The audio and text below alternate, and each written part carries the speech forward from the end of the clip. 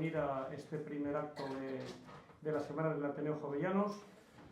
Contamos con Francisco García Campa, podemos decir que es el editor, creador, alma mater de Velum Artis. Lo que comenzó siendo un blog de historia militar es ya un ecosistema, ¿no? Una comunidad donde, sobre todo, por lo menos para mí, tiene un muy fuerte canal de YouTube. Francisco está aquí gracias también a la Fundación Álvaro González, entidad que colabora con nuestro Ateneo, ya que en el mes de junio nos visitó el almirante Rodríguez Garat y Francisco estuvo conversando previamente con el almirante y se grabó pues esa ponencia, ¿no? Lo más llamativo para nosotros fue que esa ponencia de hoy, 7.500 visualizaciones en el canal de YouTube. A mí me parece que es una cifra muy alta, sobre todo para un tema, bueno, podemos decir que no con mucha audiencia. Entonces, la verdad que yo creo que lo estáis haciendo muy bien. Y el motivo de hoy es la presentación del libro La Frontera Norte. Voy a hacer un minuto porque no quiero perder tiempo y me interesa mucho la conferencia de Francisco y voy a dar unos detalles del ¿vale? Francisco García Campa es ovetense y, pese a su pasión por la historia, orientó sus estudios hacia las ciencias jurídicas. Licenciado en Derecho y diplomado en Relaciones Laborales por la Universidad de Oviedo, trabajó como profesor de formación y orientación laboral en el Colegio Fundación Masareus Salesianos y actualmente lo hace en la organización sindical Otecas, defendiendo a sus compañeros de la enseñanza concertada asturiana. Persiguiendo sus sueños, se graduó en Geografía e Historia por la UNED, dedicándose a la divulgación histórica en el proyecto que ya hemos detallado, Velum Artis, Historia Militar, desde el año 2011, que comenzó como blog para gestionalmente crear un podcast y actualmente centrándose en la divulgación en YouTube, tanto del pasado como de los conflictos actuales, como fue el caso de Rodríguez Garat y la guerra de Ucrania. Su primer libro, que también podrán luego adquirir aquí, es Cayo Mario, el tercer fundador de Roma, y el libro del que hoy nos va a hablar en esta conferencia basada en el libro es El nacimiento del Far West español, la frontera norte, que posteriormente se podrá adquirir. Como en otras ocasiones, la idea es que nuestro invitado pues, va a dar una conferencia de aproximadamente 45 minutos, que ustedes luego puedan también realizar el turno de preguntas que estimen adecuado, para que al final puedan adquirir el libro y Francisco está a disposición de ustedes para firmarlo. Pues sin más, cedo la palabra a Francisco, agradeciéndole pues, haber elegido el Ateneo Jovellanos para presentar su nueva obra en Gijón.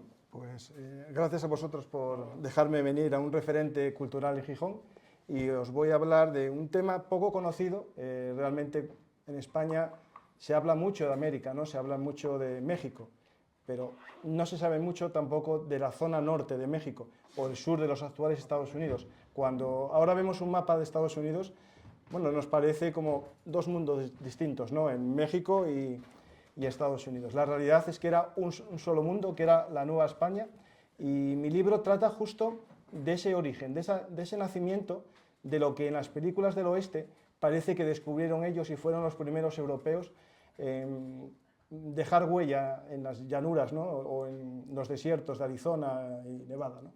Pues vamos a hablar hoy un poco del porqué la frontera norte y qué es exactamente ese concepto histórico. Bueno, antes de nada, pues un saludo a los que son habituales del canal, que hay alguno aquí que es incluso colaborador, historiador también, y otros que algún día participaron en el canal, y algún oyente que ya me dijeron que son habituales, y al resto, que sois seguro apasionados de la historia, os gusta conocer el porqué de las cosas. Yo os voy a hablar de historia. Eso significa que voy a hablar de cosas sin leyenda negra ni leyenda rosa. En España tenemos un problema, que es que sufrimos una campaña de leyenda negra en la historia de nuestra conquista de América, porque a mí el término conquista no lo quito, porque Roma conquistó Hispania, ¿no? Y dio lugar a nuestra cultura. Por desgracia, la conquista es un proceso histórico habitual.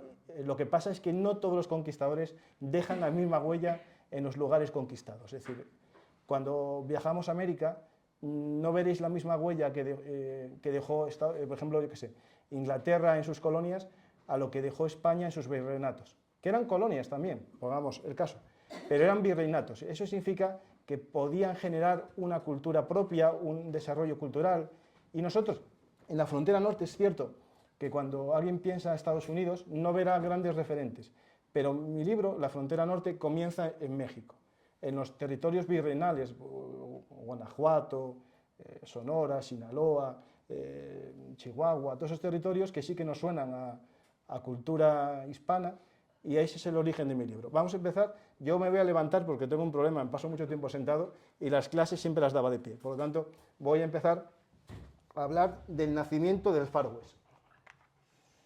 ¿Por qué lo titulo El nacimiento del Far West? Básicamente porque en la mentalidad, cuando alguien imagina Nuevo México, ¿no? California, Texas, nos viene un vaquero. Pues sí, era un vaquero, pero lo más seguro que un vaquero, el primero de todos, no hablaba inglés, hablaba español, y las primeras vacas eran vacas repintas, típicas de la zona sur de Sevilla, y de esas marísimas de Doñana. Vamos a ir viendo, y yo os voy a hablar un poco del concepto ese del nacimiento del Far West.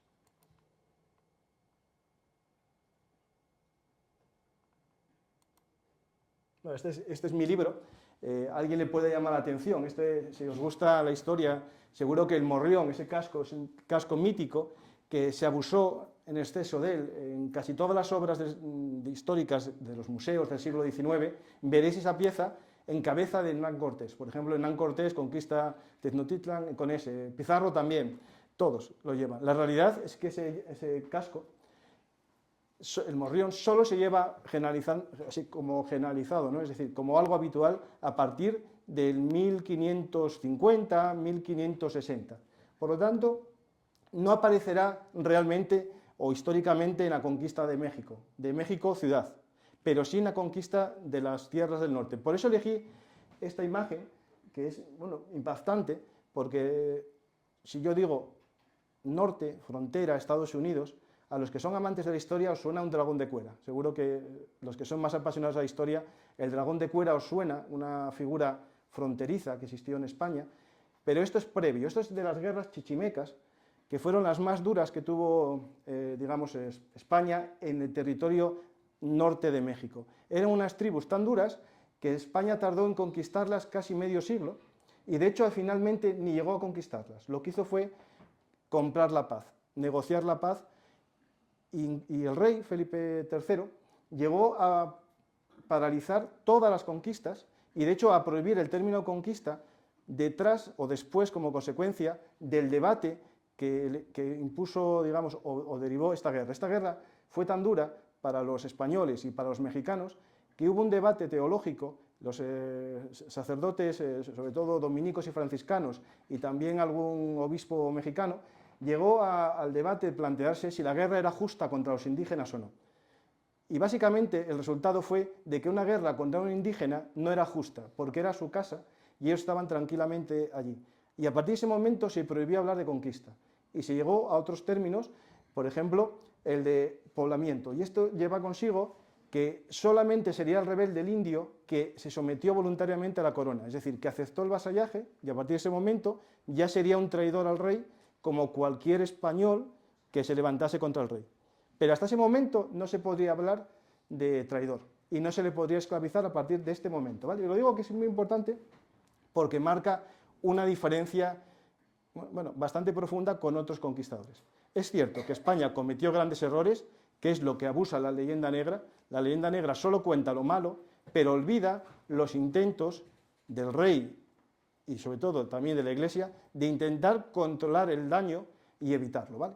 Pues empezamos la presentación.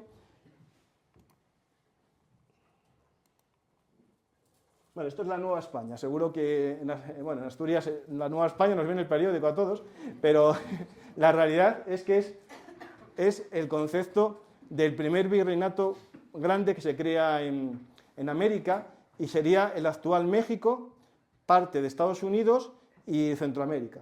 Todo eso era el territorio que cuando se independizó México heredó. ¿Qué pasó? Que no lo pudo controlar todo, se le independizó casi toda la zona de Centroamérica y la zona de Estados Unidos. Hubo una guerra contra los yanquis, contra los americanos, que llegaron hasta México DF y conquistaron todo el territorio y hubo un tratado de Guadalupe Hidalgo que le cede del Río Grande hacia el norte. Por eso vemos en los mapas gran número de localidades, San Francisco, Los Ángeles, Santa Mónica, ¿no?, con nombre español, y es porque México lo perdió tras la independencia.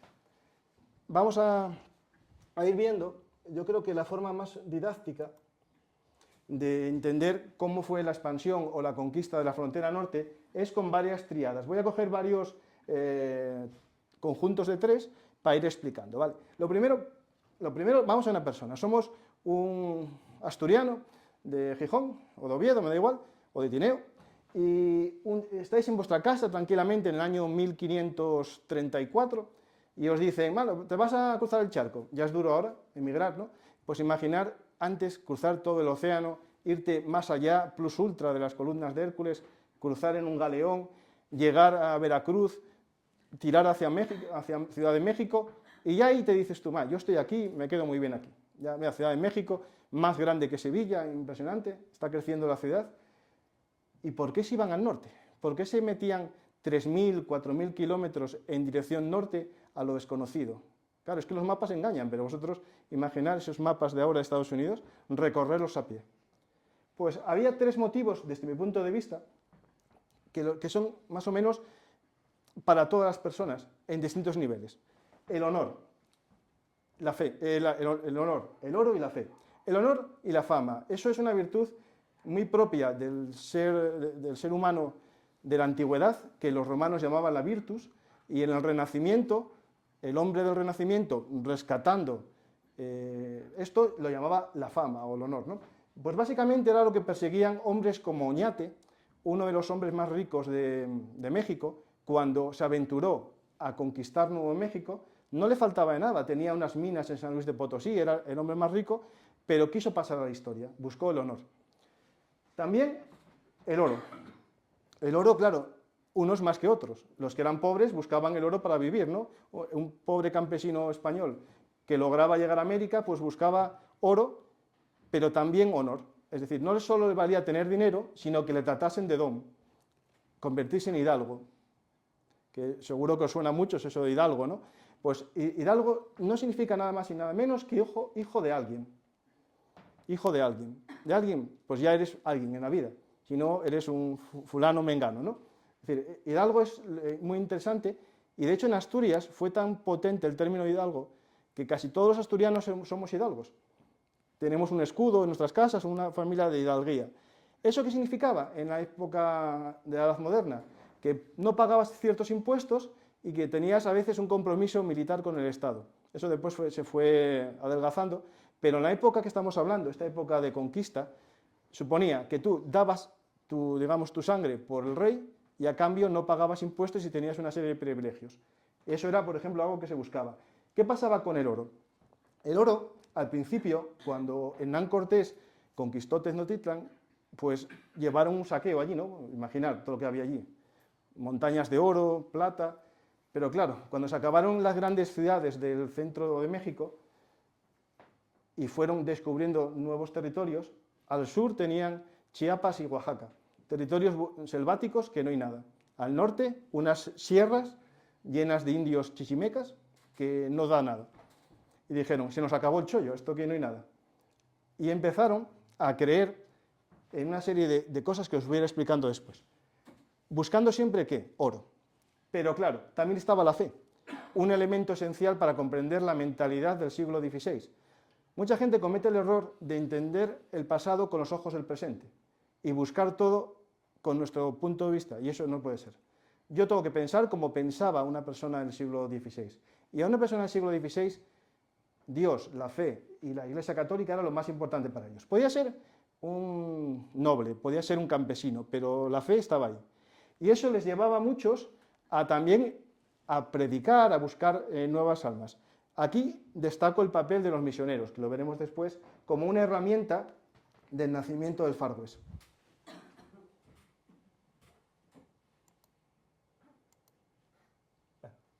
Esto, hombres de frontera. Claro, estamos imaginando una película del oeste, ¿no? Y en las películas, si sois aficionados al cine, las películas de John Wayne o las películas de John Ford, siempre existen unos personajes carismáticos, ¿no? El sheriff, el buhonero, el bandido, el indio, el traductor, ¿no? Hay unos personajes siempre. Pues en nuestra frontera también había esos personajes, pero yo me fijé en mi libro, como yo soy historiador, pero sobre todo historiador militar, me fijé en los soldados, en los guerreros de esta frontera. Y el libro tiene algunas láminas de cómo sería un hombre armado de esta época. Una evolución de lo que había en España, en las guerras, por ejemplo, de Italia, o en las guerras de Flandes, o en las guerras de Granada. Cuando llegan a América, hay cosas que sirven y otras cosas que no sirven. Por ejemplo, seguro que muchos de vosotros leísteis el Quijote, ¿no? Hidalgo, de lanza en astillero, y adarga antigua. La adarga es el escudo que lleva allí a la izquierda, en rojo, el que lleva este dragón de cuera del siglo XVIII en azul, y es un escudo, y el que lleva también el del medio, y el que lo llevan todos básicamente, menos el del indio que no lleva escudo. Es un escudo de cuero de origen andalusí, de origen musulmán, que en España se empleó mucho en los jinetes, en los que luchaban a la jineta. Esto en Europa no tuvo éxito porque contra los cañones y contra los mosquetes un escudo de cuero como que no te valía para nada, pero contra las flechas sí servía, y por eso se utilizó mucho en América para luchar contra los indios. Esos escudos que llevan todos, que claro, esto en el siglo XVIII, año 1700, no es normal ver escudos en ningún lado. En América sí se usaban porque se luchaba contra gente que no tenía armas modernas. Y aquí tenéis un poco la evolución. Esa imagen de fondo que veis es una pintura que se acaba de hacer en Nuevo México, recordando una rebelión de los indios Pueblo contra España, y después hubo la reconquista de ese territorio como un acto ya, digamos, militar. Pero ahí veis un poco el look, como se dice así ahora, que tendrían tanto los indios como los españoles del año 1680. Esto es interesante porque veis a alguno ya montado a caballo. Y claro, sabemos que los caballos tuvieron su origen histórico, prehistórico en América, pero desaparecieron. Y los llevaron los españoles. De hecho, hay una palabra que seguro que algunos lo visteis, Mustang, el coche Mustang, es un término que usan los ingleses, los americanos, los estadounidenses, para referirse al caballo salvaje. Ese Mustang viene de una palabra muy española que es de la mesta. La mesta, el camino ese que usamos los españoles para llevar las ovejas y las cabras, eso es un camino del rey. Y por lo tanto, lo que está por ahí perdido es propiedad de todo. Y eso se llama mesteño, musteño. Y llegó a Mustang en inglés. Y de ahí viene esa palabra que los ingleses usan mucho y parece muy yankee, pero realmente es el caballo de la mesta, ¿vale? El caballo de nadie, salvaje. ¿Por qué? Porque cuando nosotros, digo nosotros, yo no fui para allí, ni vosotros, digamos, los españoles y los novohispanos conquistamos el norte de América, es una obra colectiva. A desgracia de algunos pueblos, tanto españoles como novohispanos, y este término novohispano quiero explicarlo, es todos los pueblos de México que se unieron a España para crear Nueva España.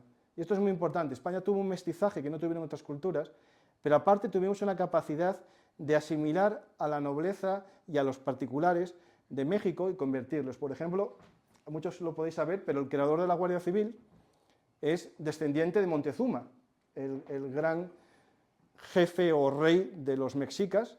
Su descendiente directo uno de ellos es Montezuma, que es el creador de la Guardia Civil española. Es decir, para que veamos que no somos como otros pueblos, pero tampoco fuimos perfectos, hicimos masacres también, eso no hay que olvidar. Pongo esta imagen porque esta imagen sería prototípica de una película. Si a mí me diesen dinero para hacer una película tipo Hollywood, de España y de nuestro Far West, haría esta imagen, como la caravana, ¿no? Estas de las películas del oeste que van con esos vagones y se meten en la inmensidad. Pues nosotros íbamos normalmente con caballos, yo solo pusimos un nativo que está por ahí al fondo, pero por cada español poner que había a lo mejor 50 a 100 indios de paz, porque los españoles diferenciaban dos tipos de indios, los indios de guerra o salvajes y los indios de paz. Los indios de paz son aquellos que ya eran españoles y se asumían como vasallos del rey con derechos y obligaciones. Derechos, como todo el mundo, y obligaciones. Una de ellas, ¿cuál es? Defender a su rey, ¿vale? Y a partir de ese momento eran uno más en el reino. Eso sí, que nadie busque que éramos todos iguales, porque tampoco éramos todos iguales aquí. El que era un campesino en España en el siglo XVI era siervo de la tierra, si no era el noble, ¿vale? Eso hay que entenderlo, la gente, que no pensemos que éramos todos una democracia en el siglo XVI, ¿vale? Eran igual, distinto los privilegios aquí que en América. Pues tenemos esa entrada, ¿no? Y ahí veis las vacas. ¿Por qué iban vacas? ¿Iban a ser todos vaqueros? No, porque no tenían nevera. Es decir, imaginar que desde Ciudad de México se van a Nuevo México, que hay casi 3.000 kilómetros. 3 meses de marcha por carreteras que no existen, por caminos que haces tú. Entonces llevabas, a lo mejor, Oñate, en una expedición, podía llevar unos 1.000 hombres, pero llevaba 3.000 vacas, 1.000 toros, 2.000 ovejas, 1.000 corderos. ¿Para qué? Para ir comiéndolos por el camino, pero al llegar a su lugar de misión, allí asentarse y tener comida y criar. Y así era la forma que tenían también de crear ciudades. Esta imagen es imaginarlo esto, es decir, ala, ir para allá. ¿A dónde? No sabemos. Y iban en sus caravanas hacia lo desconocido. Hubo 3 motivos, no personales, sino del rey, ¿vale?, para apostar por la frontera norte. La primera, ¿por qué la gente se metía allí a lo desconocido, ¿no? Los mitos, leyendas. Se empezó a crear mitos, como si fuesen fake news, que hacían que la gente le molase eso de ir a lo desconocido, claro, porque tú no te metes, nadie se mete, ala, irme allí, al norte, al Polo Norte, porque hay algo. No, os tienen que decir que hay algo. El primero de todos fue un hombre, que seguro que os suena alguno, Cabeza de Vaca, que se perdió en un naufragio y recorrió junto con otros, uno de ellos que era se llamaba de Oviedo, no se sabe muy bien si era de Oviedo, pero era de Oviedo, su apellido, y un hombre que se llamaba Estebanico el Negro, no se sabe si era esclavo o siervo, pero que era negro, sí, por el nombre. Esos 3 se perdieron, imaginar, en Florida. Y después de recorrer casi 8.000 kilómetros, aparecieron en California y descendieron hacia México. Y en ese camino de más de 3 años dando vueltas por la inmensidad, fueron sobreviviendo como pudieron. Hacían espectáculos, de que uno sabía un poco de medicina, muy poco, pero hacía un espectáculo como de chamán y le daban dinero y con eso iban sobreviviendo. Y llegaron a crear como una especie de compañía. Detrás de ellos iban como 100 personas, porque los consideraban que eran como seres de luz o algo así, no sé, iban todos detrás de él. Imaginar la imagen cuando llegan 100 o 200 personas hacia unos soldados que estaban en la frontera y de repente empiezan a hablar español 3 de ellos. Claro, vienen de la nada, y cuando les preguntan que vienen desde Florida, recorrieron el mundo desconocido. Y empiezan a contar historias. Cabeza de Vaca escribe un libro, Naufragios, y Estebanico cuenta a todo el mundo historias inventadas, de que habían visto casas de oro, que todo estaba forrado de plata, y eso hace que otros se lo crean. Y un sacerdote, Francisco de Niza, se lo cree, de verdad, pero a él no le importaba el oro, le importaba de que había ciudades muy grandes con mucha gente, y él vio su misión, que era que conseguir almas, predicar, y se fue para allí, y no logró nada, pero vio la gente, y volvió, y le dijo a otro hombre, que sí conocéis muchos, Francisco de Coronado, que es un personaje ya famoso, que había que ir allí, y Francisco Coronado se lo creyó, gastó su fortuna, porque el rey no pagaba, el rey decía, yo sí, yo te autorizo, yo te pago 5 fraires y 2 curas, y nada más, y vale, te regalo la pólvora, pero el resto lo pagas tú. Entonces Coronado gastó su dinero y lo perdió todo, pero ya nos mostró que había algo de verdad al norte. Ahí están los mitos. La geopolítica europea. ¿Qué es esto de la geopolítica europea? Durante el tiempo que a España esas tierras del norte no le interesaban a nadie, tampoco a él, porque no había nada. Ya sabían que era mentira lo del oro, que no había nada ahí, y habían descubierto en México, muy cerca, unas minas de plata como nunca en el mundo, San Luis de Potosí. Y ya no merecía la pena buscar ciudades de Quivira, Cíbola, California, nada. Lo dejaron hasta que en la costa aparecieron piratas, Francis Drake, el famoso pirata inglés, y piratas holandeses, que atacaban al galeón de Manila, el barco que venía desde Filipinas con el mantón de Manila y más cosas, con seda, y venían vosotros imaginad, Filipinas, estáis bien en el mapa, subían a Japón, de Japón a Alaska, y de Alaska descendían por toda California para llegar a México. ¿Por qué? Porque los vientos te llevaban por ahí. No tienes otra forma de llegar a México salvo dar ese rodeo. Entonces los piratas ingleses y holandeses lo sabían y se pusieron en California, que no vivía nadie más que 4 nativos, a atacar los barcos españoles. Y eso fue uno de los motivos para que España empezase a poblar la zona de California, con poco éxito en el siglo XVI y XVII. Y las nuevas tierras. Bueno, llegó un momento que a lo mejor interesaba poblar esas nuevas tierras. ¿Por qué? Porque había un pensamiento, y en el fondo no se equivocaron, de que al norte del todo habría un paso que uniría el Pacífico y el Atlántico. Ahora, con el calentamiento que se está produciendo en el mundo, supuestamente se va a deshelar y los barcos van a ir por el norte de Alaska y Canadá. Y se va a ahorrar horas y horas de viaje. Y eso los españoles lo tenían pensado y dijeron, antes de que lleguen los ingleses por ahí o los franceses, llegamos nosotros, ponemos fortalezas para que no puedan tener puerto los franceses ni nadie que pase por ahí. Y otra causa final, por ejemplo, para conquistar Texas, fue que los franceses desde Canadá bajaron el río Mississippi y querían poblar toda esa zona que después se llamó Luisiana. Y se llama Luisiana, seguro que os suena a todos, pues eso es por el rey Luis. Y los franceses quisieron coger Luisiana y una expedición se confundió y en vez de llegar a la desembocadura del Mississippi, apareció en Texas, casi a 1000 kilómetros, y los españoles dijeron, hay que mandar una expedición, y empezaron a poblar Texas. ¿Vale? Lo digo porque estos son los 3 grandes motivos para meterse en América. Aquí tenéis, esto es de mi libro, algunas de las rutas que se hacen. Todo esto a pie y otro cacho caminando, ¿vale? Es decir, a pie ya caminando.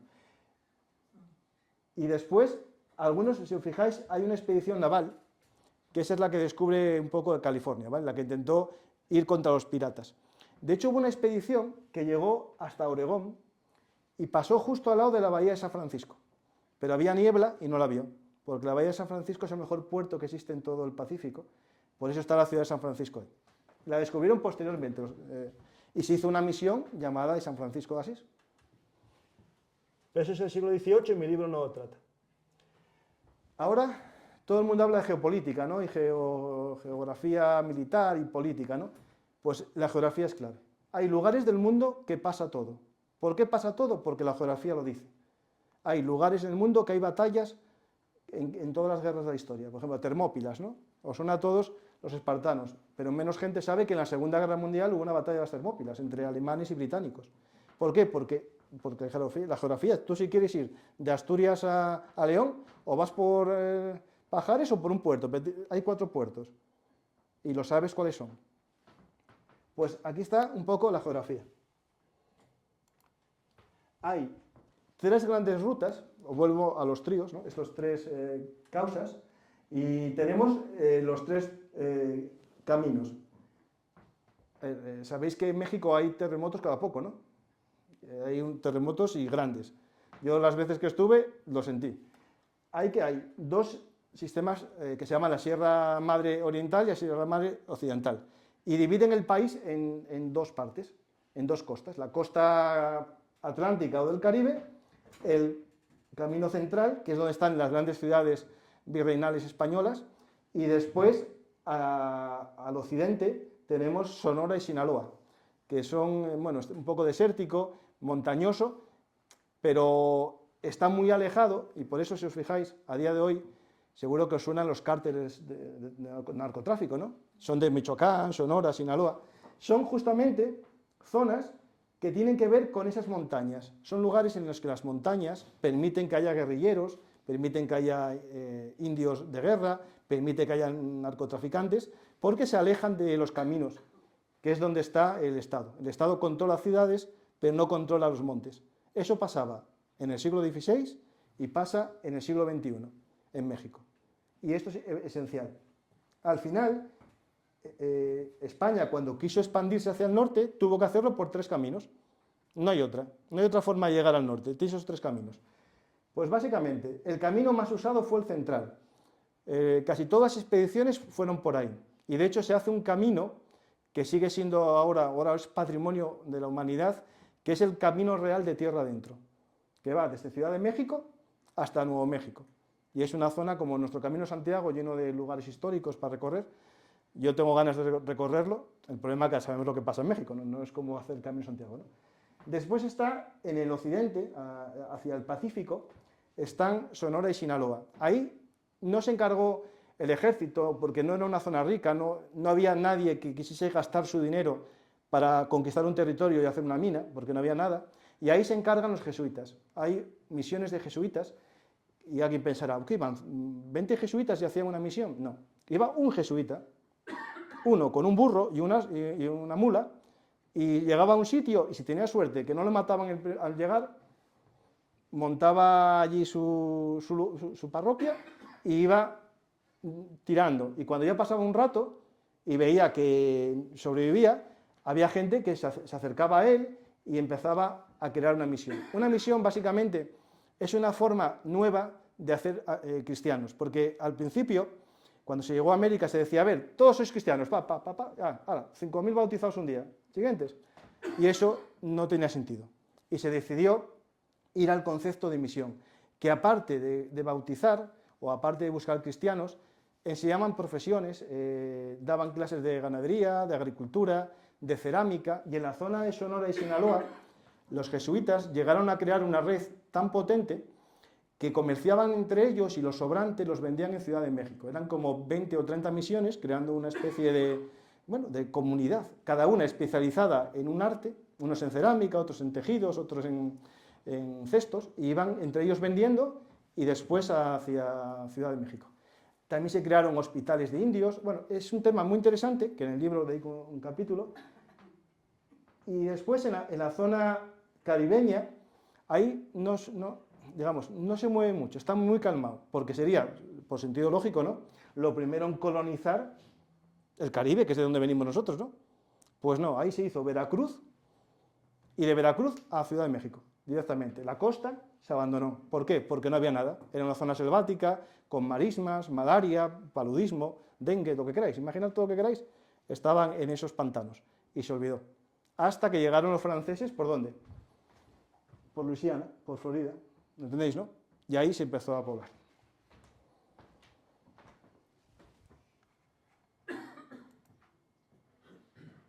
¿Y cómo se poblaban, no?, esas tierras salvajes? Pues tengo 3 elementos o 3 herramientas. Con misiones, ya os lo conté, la misión era una forma de atraer a los nómadas, a las personas que vivían en las montañas, y asentar una ciudad. Cuando la ciudad ya estaba hecha, ya se había creado una sociedad urbana, el misionero lo dejaba, marchaba hacia el norte, y ahí llegaba un cura de parroquia, un cura secular, ¿vale? No un cura de orden evangelizadora, no un franciscano, un dominico, sino un cura de parroquia. Y después están los presidios. A ver, yo este libro lo empecé a escribir por el tema de los presidios. Básicamente, a mí me atrae la historia militar y me atrajo la figura del dragón de cuera o soldado presidial. Entonces yo, cuando empecé a escribir el libro, digo, yo no puedo contar esto sin haber contado el porqué. Y empecé a hacer este libro y al final hablo de muchas cosas y también del presidio, ¿no?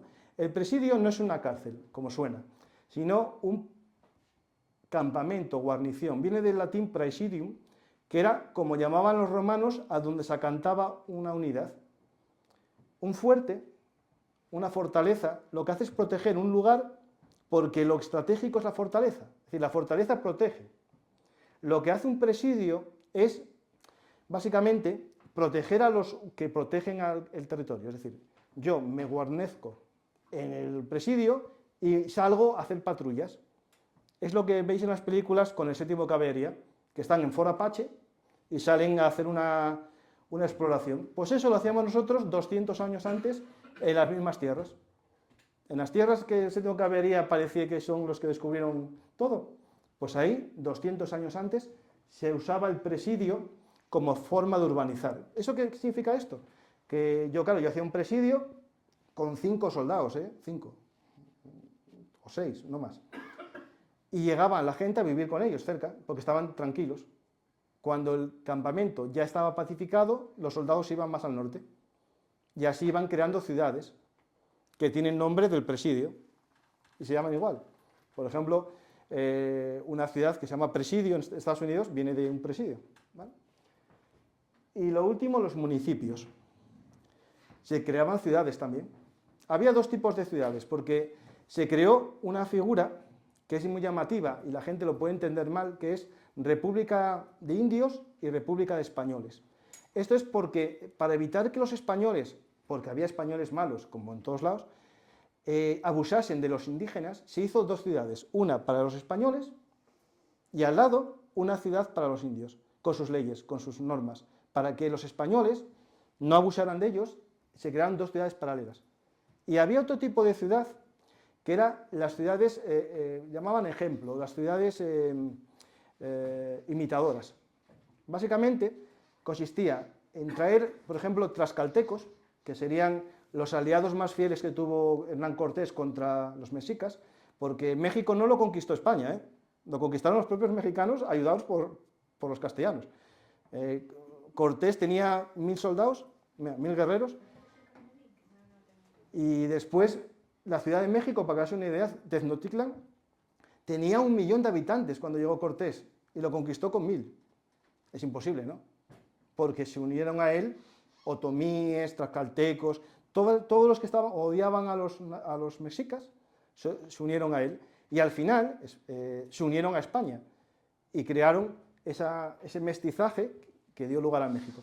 Pues, por ejemplo, los tlaxcaltecos crearon ciudades en todo el camino norte, ¿a cambio de qué? A cambio de tierras, ganado, porque tú una vez que te daban imaginar que nosotros nos vamos al norte, somos unas familias que nos vamos al norte, pues a cada familia nos daban una manzana, una zona de la ciudad, porque se hacían todas, había una ley en España de cómo se hacía una ciudad en América, y estaban todo tasado, cómo se repartía la manzana, qué parte de la manzana iba dedicada a comercio, iba dedicada a casas o iba dedicada a servicios públicos. Eso estaba todo regulado. Entonces llegaban a un sitio, creaban la ciudad y se repartían tierras de la ciudad, tierras del exterior para el ganado. Y después el monte comunal que hubiese, cómo se repartía. Y con eso se creó otra figura, que es los municipios. Pues presidios, misiones y municipios es lo que hizo que se poblase desde Ciudad de México hasta Estados Unidos. Con esas tres figuras, ¿vale? Porque ahí no había población, casi. Digamos, los nativos de allí eran muy pocos, porque estamos hablando de desierto.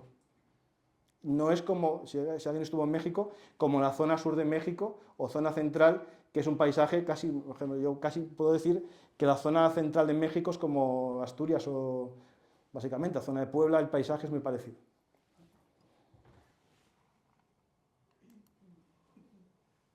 Bueno, y al final de todo esto, el proceso de la creación del Far West español, de cómo era, básicamente dio lugar a este mapa, que es la Nueva España, y ahí, bueno, veis abajo del todo Ciudad de México, donde empieza el camino real de tierra adentro y se va llevando hacia Nuevo México. Luisiana, que ahí está en verde, era francés hasta que en el siglo XVIII se dio a España, se intercambió y eso fue de España. Durante mucho tiempo, Chicago, que sabéis que está arriba del todo, fue de España y de hecho hubo una batalla a 50 kilómetros por la defensa de un fuerte por españoles contra ingleses en Chicago, para que veamos un poco, pero que tampoco nadie piense que ya todo en un mapa sí. A lo mejor en la zona esa que no hay nada, allí pasaba de vez en cuando un par de soldados a caballo para decir que seguía siendo nuestro. Y algunas zonas no pasó nadie en 200 años. Digo, nadie que fuese, digamos, del rey, ¿vale?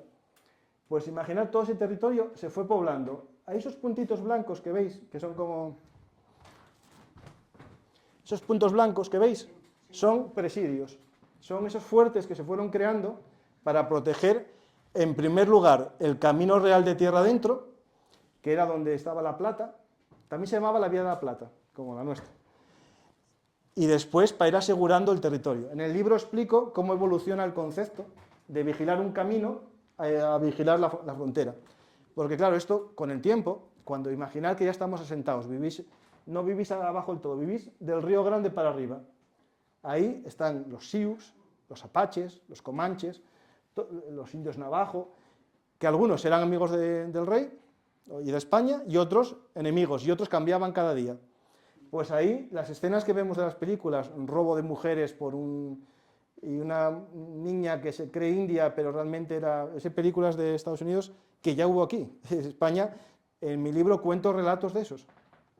Por ejemplo, los comanches, no, eran apaches en este caso. Los apaches robaban caballos y mujeres a los españoles, lo que más valor daba.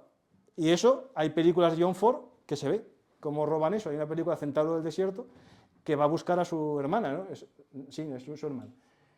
Pues eso ya lo había en España. ¿Qué más cosas os puedo contar así? O puedo preguntar, porque es más fácil, si alguien tiene preguntas. Porque, por ejemplo, ¿qué cosas os parece a vosotros, yo os digo, oeste americano, película del oeste? Dime algo que os venga a la cabeza cuando hablemos de película del oeste. ¿Nada? Desiertos, cañones. Vale. El Gran Cañón de Colorado, el primer europeo que lo pasó fue un hombre de Coronado que lo descubrió buscando a los que venían por barco, aquí en el libro, Alarcón. Subía por orden de Cortés por la costa hacia justo el punto de arriba, que es la desembocadura del río Colorado y del río Gil, me parece que es.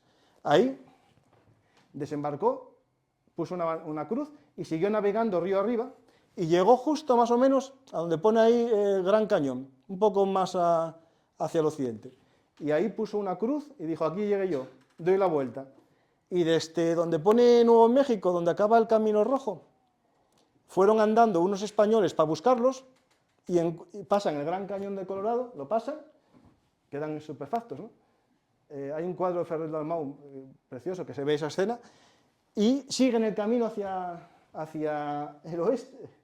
Y podéis creer que en la inmensidad encontraron el árbol y la cruz que había puesto el otro español. O sea, porque veáis que la geografía al final son seguir caminos, ¿no? Tú ves un río y lo sigues. Pues encontraron el camino. Y al final, el Gran Cañón del Colorado, bueno, se llama Río Colorado, ¿por qué? Porque el agua era roja y de ahí viene Colorado. Es decir, no es nada americano ni nada, es muy, muy cañí. ¿Qué más cosas os pueden sonar de películas del oeste? Por ejemplo, los vaqueros, ¿no os ponían estas gualdas, Juan Trapas y todas estas aquí? Eso es un invento español, es de la charrería. Los mexicanos charros, que charro viene de Salamanca. De Salamanca es la palabra charro, y llevan una cosa con charraperas, es decir, con esos metales por aquí. Eso al final, los tejanos, su cultura es charro. Charro mexicano reconvertido a yanqui. ¿Qué más cosas? El búfalo. ¿Sabéis cómo llamaban los españoles búfalo? Vaca de cíbola. Cíbola, ahí arriba, no sé si lo veis en el mapa, no, este mapa no se ve, en otro ponía Quivira y Cíbola. Son ciudades mitológicas. Y los españoles, cuando vieron el primer búfalo, lo llamaron la vaca de Cíbola, porque Cíbola era lo que estaban buscando, un lugar fantástico con riquezas. Y ahí viene vaca de Cíbola, que después vino Cibolero, que era el cazador de búfalos. ¿Qué más cosas? Eso fue lo que contaste antes del fraile, ¿no? Que lo Sí. de las 7 ciudades. Sí, sí. De Cíbola. 7 Ahí va el sitio de Quivira, Sí. y después Cíbola era más allá de Quivira. ¿Y dónde sacaron eso? Eso sí, sacaron- sí, lo sacaron, mira, esto para que veáis, vamos a la Reconquista, el siglo VIII, llegaron los musulmanes a España y escaparon 7 obispos de España con joyas y con tesoros detrás del sol. Escaparon en barcos con población hacia detrás del sol, siguiendo el sol. Y claro, cuando llega toda la Edad Media, pasa un relato oral y hay una novela de caballeros que hablan en el siglo XV, ya XVI, de que hay unas ciudades de Quivira en las que unos obispos se resguardaron. Entonces, dando vueltas, el único lugar del mundo en el que se pudieron resguardar era en esta zona porque el resto del mundo estaba conocido. Y ahí sale esas 7 ciudades. También hay autores que vinculan las 7 ciudades con las 7 cuevas donde surge la civilización mexica. Los mexicas, los aztecas, surgen de 7 cuevas que estaban al norte. Entonces se une para los españoles las 7 ciudades de Quivira, y para los mexicas, los mexicanos que eran nativos, las 7 ciudades donde surgen los aztecas. Entonces todos lo creen y van a buscarlas. ¿Alguna pregunta tenéis por ahí? Sí, más es por lo que estás comentando, Sí. más allá del cine, más Sí, allá sí. aunque el cine es el ejemplo que todos conocemos, la asimilación entonces anglosajona de todo lo anterior hispano. Y bueno, una cosa interesante que dijiste al principio, que también quería saber tu opinión, esta nueva ola que hay ahora, que parece que la gente está saliendo, como se decía antiguamente, del armario, ¿no? De rebatir todo esto de la leyenda negra. Cada vez hay más, incluso hay gente de profesores o investigadores o divulgadores de Hispanoamérica que están también rebatiendo todo lo que hemos oído durante décadas, ¿no? Quería saber tu opinión primero sobre eso, sobre esta nueva ola que hay sobre este aspecto, y después un poco lo que estás comentando del libro. Lo que me parece es que lo que ha habido es una asimilación de todo lo anterior que ya había habido, que nosotros hemos abandonado a nivel historiográfico y divulgativo, y que lo han asumido como han asumido los anglosajones otras cosas, ¿no? Sí, no, por ejemplo, mira, para escribir mi libro usé más libros ingleses que españoles. Usé más textos americanos que españoles, ¿eh? O sea, España sobre esto tiene muy poco, tiene alguna tesis doctoral, pero libros publicados y tal, yo me tiré todo en inglés. Porque, claro, a ver, para los estadounidenses es parte de su historia, es decir, esto para un estadounidense normal es parte de su historia. ¿Qué pasa ahora? Que nosotros estamos intentando mostrar la historia, pero también en Estados Unidos quieren ocultar la historia hispana, ¿eh? Cuidado, porque ellos tienen ahora un proceso de migración de hispanos que no se consideran, claro, es decir, llevan también la leyenda negra a América. Es decir, ahí hay un problema doble. Tenemos el problema del anglosajón WAPS, ¿no? White Anglo-Saxon Protestant, que no quiere nada católico allí. Entonces ocultan lo católico. Y por otro están los católicos que no quieren nada español. Entonces hay un problema gordo. El ejemplo mayor, ¿os acordáis hace 2 o 3 años, cuando Fray Junípero Serra, que quisieron romper su estatua en la Universidad de California? Era un pobre fraile mallorquín que lo único que hizo fue ayudar a los pobres. Se fue a mitad de la nada a crear misiones y ayudar a los pobres. De hecho, era todo lo contrario, él estaba en contra del abuso de los indígenas.